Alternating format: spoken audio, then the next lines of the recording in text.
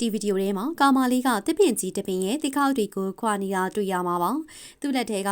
ကရိယာလေးတွေကိုသုံးပြီးတစ်ပင်ရဲ့အလဲဘက်ကအခောက်တွေကိုခွာထုတ်ပစ်တာဖြစ်ပါတယ်။အဲ့လိုခွာထုတ်ပြီးရလာမယ့်အထက်ကအခောက်လေးတွေကအရေးပါတဲ့ပစ္စည်းဖြစ်ပါတယ်။တစ်ပင်ပင်စီကိုကြည့်ရနေဒါဟာကျွန်တော်တို့နဲ့မစိမ့်တဲ့တစ်ပင်မှန်တည်တာစေပါတယ်။ဒီအပင်ဟာတစ်ချပိုးကအပင်ဖြစ်ပါတယ်။တစ်ချပိုးကဟာဟင်းတွေချက်ရမှာရောမုတ်တွေပြုလုပ်ရမှာရောအမျိုးမျိုးကိုအသုံးပြုနိုင်ပါတယ်။ဟင်းချက်ရတာမိဖို့ဆောင်ဝင်ရတာကြိုက်သူတွေကတော့တစ်ချပိုးကောက်ကိုရင်းနှီးကျွမ်းကျင်ကြမှာပါ။တစ်ချပိုးကောက်ရဲ့ကောင်းကျိုးတွေကအများကြီးပါ။ချိုရင်မွေးတဲ့အရာသာကြောင့်စိတ်ကြည်စေနိုင်ပါတယ်။စားရတာအရာသာရှိရှိထူးကဲစွာခံစားရပါမယ်။တခြားဟင်းခတ်အမွေးကြိုင်ရှိရင်တော့တစ်ချပိုးကောက်ဟာထိတ်တန်းဟင်းခတ်အမွေးကြိုင်တွေထဲမှာပါဝင်ပါတယ်။ဒါတင်မကသေးပါဘူး။ခန္ဓာကိုယ်အတွက်အကျိုးပြုနိုင်တဲ့အန်တီအောက်ဆီဒန့်တွေလည်းအများကြီးပါဝင်ပါတယ်။ဒါပေမဲ့အများကြီးစားဖို့တော့မသင့်တော်ပါဘူး။သူမှပါဝင်နေတဲ့ချိုတဲ့တစားအတွက်ကြောင့်ဝိတ်တက်တာဈေးကြိုတက်တာတွေဖြစ်နိုင်ပါတယ်။ဒီဗီဒီယိုထဲမှာကတစ်ချက်ပိုးကအပင်ကတရုတ်က